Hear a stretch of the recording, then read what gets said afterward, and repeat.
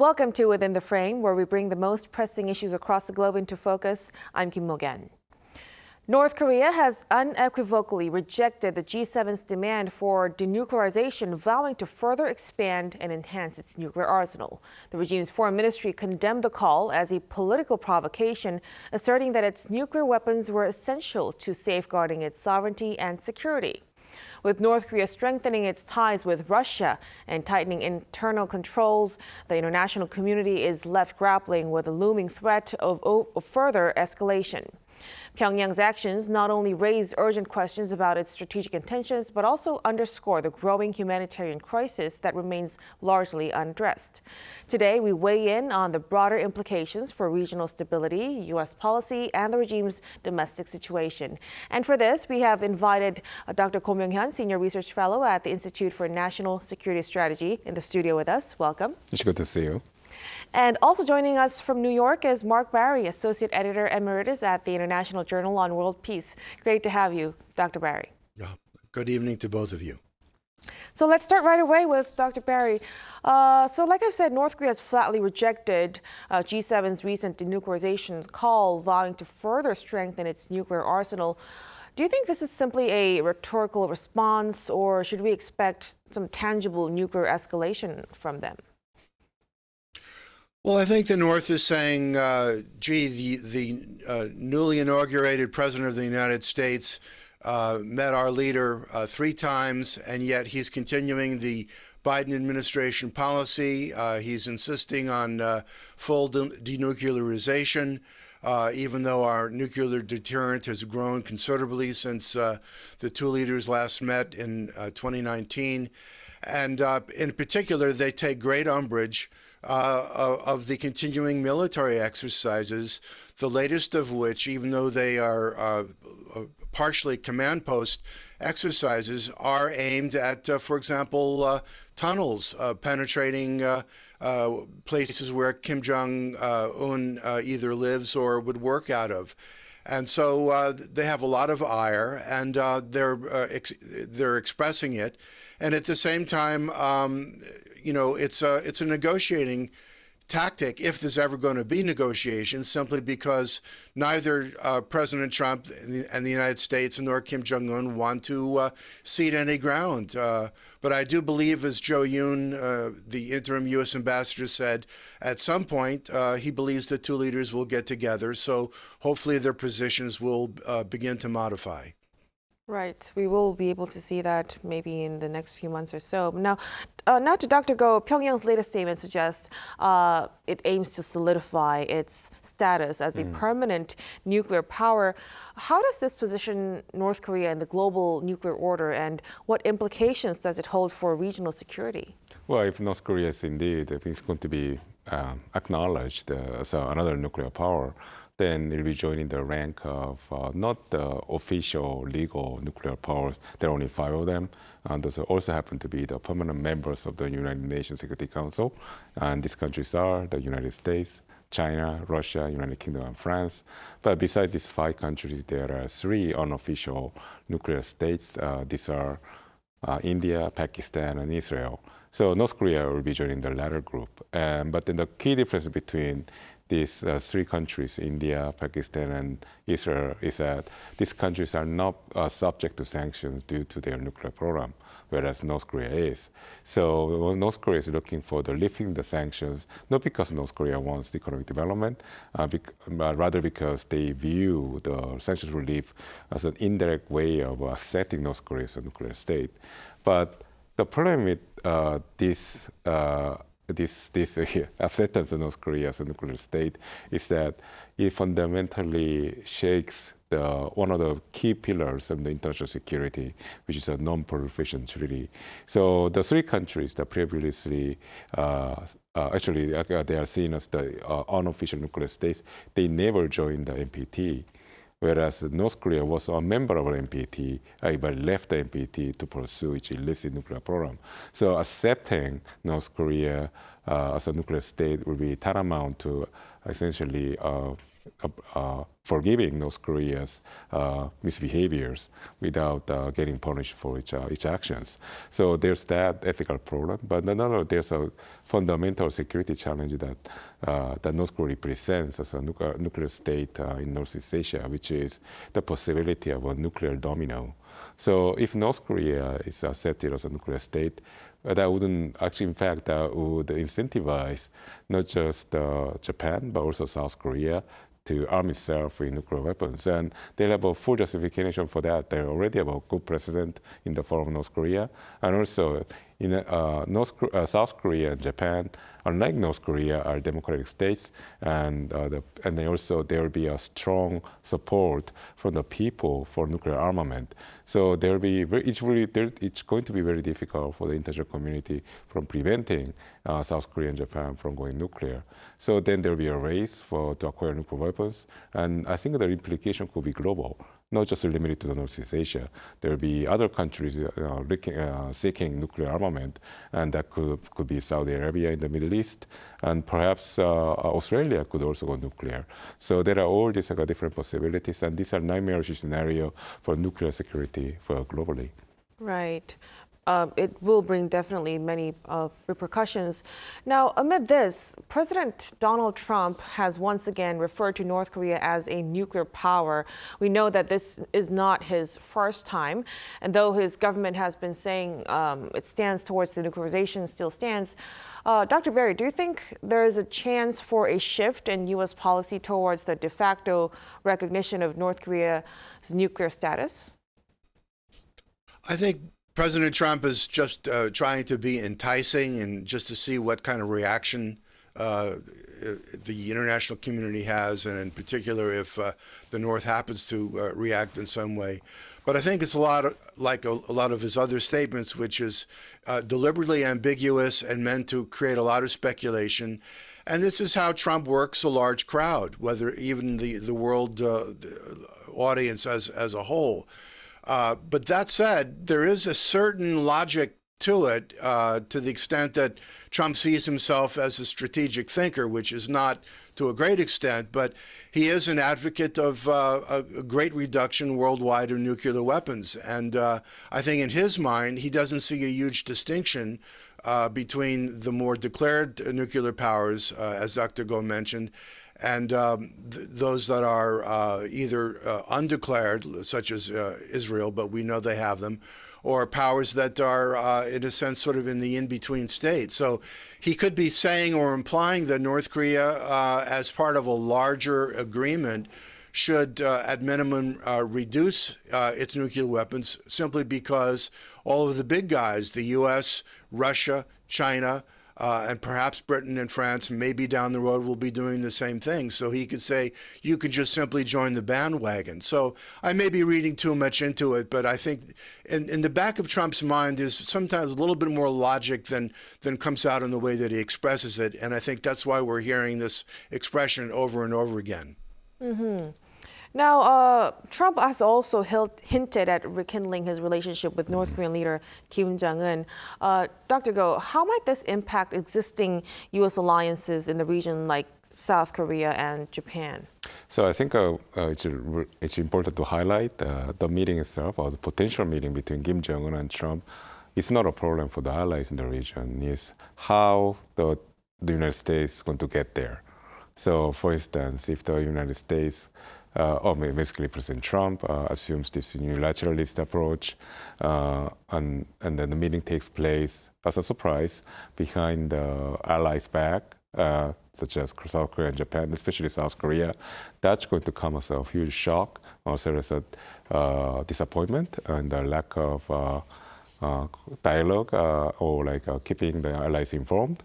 And that eventually is going to have downstream repercussions in lowering the trust that U.S. allies have in the United States.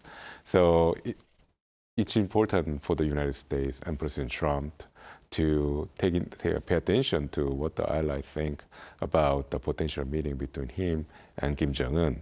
So It doesn't have to be about imposing or even the other way, accepting South Korea and the Japanese demands on the potential meeting on what kind of agenda the two are going to have. It's more about keeping the allies in the loop. I think the fear that dominates in Seoul and Tokyo right now is the possibility for President Trump of cutting a deal with Kim Jong-un behind the allies' back. And the reason why this is worrisome is because, for instance, the concern is United States, basically President Trump again, asserting North Korea as a nuclear state. That has huge ramifications for both regional and global security, and we discussed this already. And so therefore, it's very important for the allies to at least be prepared for such eventuality. So that's one reason. The second reason is because if the United States is going to establish some sort of a relationship with North Korea, I don't think it's going to be the United States that will, for instance, invest in North Korea. Because any package that comes out of whatever agreement that Kim Jong-un and Trump are going to reach, it's going to involve some sort of economic package. So if the United States would like to have a sustainable and also impactful and significant economic relationship with North Korea, and we want that to happen, then the United States should definitely involve South Korea and Japan at the very least. So involvement of South Korea and Japan in the discussions would be very important. Absolutely. So now let's also move on to ties with Russia. North Korea's central news agency has reported that North Korean government economic delegation has departed for Russia to Russia on the 17th. Though the purpose hasn't been revealed yet, what do you think were up for discussion? So I think it's going to be about potentially the use of the North Korean laborers in Russia. That's one of the easiest way for North Korea to acquire hard currency income. And I think that this is separate from the soldiers that are deployed for the Russians to fight against Ukraine right now. And I think that's one way for Russia and North Korea to further their economic integration. And that was, in fact, the case before the sanctions banned member states of the United Nations from employing North Korean workers overseas. Russia would employ thousands of North Korean workers to engage in logging in Siberia. That could potentially return to Russia, also in constructions in the Russian Far East. So I think that's one of the well-known and viable options for North Korea and Russia. And also there's the issue of potentially Russians and North Koreans furthering their already existing joint ventures in the RASON free trade area. So I don't know how the countries could further that joint venture now that both countries are subject to international sanctions, but that could be put on the table. And finally, so this is something worrisome for not just South Korea, but many countries in the region. This concern is especially high among the European countries, is for Russia and North Korea to engage in some sort of a joint technological development projects. So it's going to be joint development in name only. Probably it's going to concern some sort of a high-tech transfer of a military use to North Korea. But they could try, the two countries could make it look official, therefore more legit, by covering it, giving a cover for civilian use. So there are all these different deals that the two could cut that could benefit both sides at the detriment of the global security. So it seems like bilateral cooperation between the two sides is deepening in many industries. Now, amid this, a recent report suggests that over 3,000 North Korean soldiers have been killed or injured while supporting Russia's war efforts. Dr. Berry, what internal problems could Pyongyang face due to the continuous deployment of troops to Russia? Well, I think initially we were hearing stories that these soldiers, they were sent to the Russian Far East and they thought it was just for training, and then they flew on these cargo jets and they wound up in a war with drones overhead, which they had never experienced before. And that led to the casualties that you just mentioned. And obviously the domestic repercussions of that is that the families didn't know. Word will start to spread in the military as to what happened to some of their comrades in arms. And that is a potential source of domestic destabilization. And so as a worst case scenario, yes, it could lead to a great deal of subterranean uncertainty for Kim Jong-un's regime. But on the other hand, as the Washington Post reports, I believe this morning, the second wave of North Korean troops is largely credited with helping Russia retrieve about 90% of the Kursk region that Ukraine initially had occupied. And it's on the heels of that the negotiations between Trump and Putin, however one-sided they may or may not appear to observers, North Korea gets the credit for putting Putin in a position where he felt he had a very strong hand. So I think the ultimate outcome of this, which I think means maybe more to Kim than anything else, is to be able to be invited on May 9th to Moscow to have another bilateral meeting with Putin, but to otherwise celebrate probably with Xi Jinping and Prime Minister Modi of India and other world leaders, the 80th anniversary of the end of World War II in Europe, which was largely due to the activity of Soviet troops, despite the late American involvement, which was important, but it was largely a Soviet effort that led to that victory. So I think that's what Kim is looking forward to right now. And other than that, I think whatever early missteps there were with the initial batch of troops, the second batch apparently has learned tremendous lessons, and the North Koreans have impressed not just the Russians, but also the Ukrainians. Right. So it seems like North Korean soldiers are actually affecting the Ukraine war largely now. But now taking a closer look at the regime, Dr. Go, the UN highlighted North Korea's worsening humanitarian crisis, attributing it to failing infrastructure, limited investment, and natural disasters.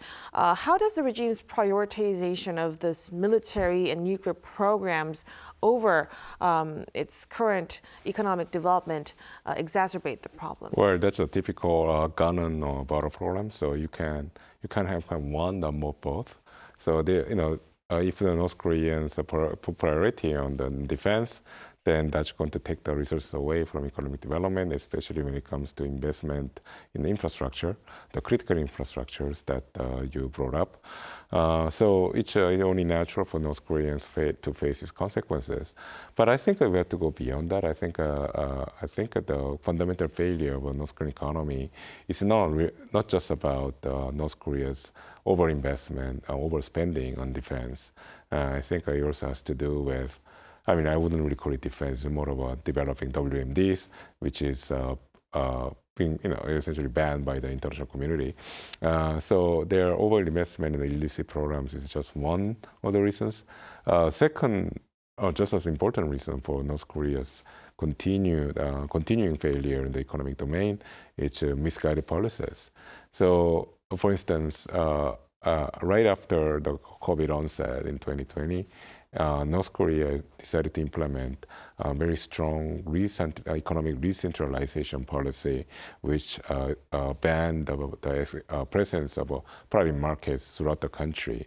And in fact, it was the private markets that had allowed the ordinary North Koreans to recover from the worst effects of the famine that afflicted them so badly in the 90s. So by banning the private markets, North Koreans, the regime had pushed the most vulnerable segments of the population back to the famine-like situations. So there's a very intentional nature in this misguided policy on the part of the North Korean regime. And the intention for this misguided policy is about control. The North Korean regime puts priority on control rather than the well-being of the population, and this is continuing every year. So, in fact, chalking up the reasons for North Korea's continuing economic failure to to the mundane factors such as lack of investments, natural disasters, the overspending on weapons of mass destruction. In fact, in a way, normalizes the misbehavior or the maliciousness of the North Korean regime, which continue to subject the people to hardships intentionally because the regime is putting priority on control. So they are having their focus straight on controlling the regime. Now, recent reports from the UN highlight severe sanitation issues and food insecurity in North Korea, with nearly half of the population suffering from malnutrition. So North Korea's public is having a very hard time right now, but international sanctions aren't really helping them, though. But Dr. Berry, what kind of realistic steps can the global community take to address North Korea's food and health crisis without actually strengthening the regime's weapons development capabilities? Well, the problem is, for example, they opened up to tourists, and then once the tourists came in and had a few escapades, they closed the doors again. So you can't even get humanitarian aid people in. And then on top of that, the U.S. is cutting back on everything from Radio Free Asia to the National Endowment for Democracy that has been helping with human rights groups. So I think a real problem is, I respect Elizabeth Salmon and the human rights emphasis that she has, but you could take the same data that the UN has acquired through its various sources and different UN agencies such as the FAO and the World Food Program and the UN Development Program might come to somewhat varying conclusions. The real problem is you can't get boots on the ground of humanitarian people with the right expertise to properly assess the situation. But I would imagine whatever food that Russia is providing certainly helps. There was, from what I understand, a better than expected harvest last fall. We don't know where things will lead in 2025. But the problem is that North Korea has no serious relationships outside of Russia and China for sources of food. And basically, it's becoming one of the foremost acquirers illegally of Bitcoin. And all they need is a few good money launderers around the world. And I'm sure almost all of that is going to military programs. So it's tough. And when you have a president that does not, in the United States, who does not emphasize USAID and humanitarian aid and so forth, it's a climate that in some ways is even worse than under President Biden, who didn't want to even hear Kim Jong-un's name because it just irked him. So unfortunately, I think everything is hinging on if there's anything that Trump can do, which is a strange thing to say, to have some hope for him in making a breakthrough with North Korea. But otherwise, I think Kim has thrown his chips in with Putin. And even though Putin has a bus parked in a garage with Kim Jong-un's name on it, ready to throw him under the bus when the time is ripe, that time may not be in 2025 or even in 2026. And so Trump has a narrow window of opportunity. And I think he senses with a lot of things in his administration, he's only really got a couple of years. And eventually there will be all sorts of resistance internally and externally around the United States to his policies. So he has to see how far he can push. And Kim is trying to be open by not calling him out by name, not calling J.D. Vance's name out by name, but Rubio, yes. So it's a delicate dance right now, and we have to see where things lead with the with whatever arrangement Trump is making with Putin, which probably has a lot less than meets the eye. Right. So the days ahead would be crucial to see how the events will unfold. But I'm afraid we will have to wrap up our discussion right here. Thank you so much for your time and your insights, Dr. Go. My pleasure. And Dr. Berry, we appreciate it. Thank you for having me. That'll be all from us on Within the Frame. Be sure to tune in next time as we continue to explore the stories that matter. Till then, stay informed and engaged.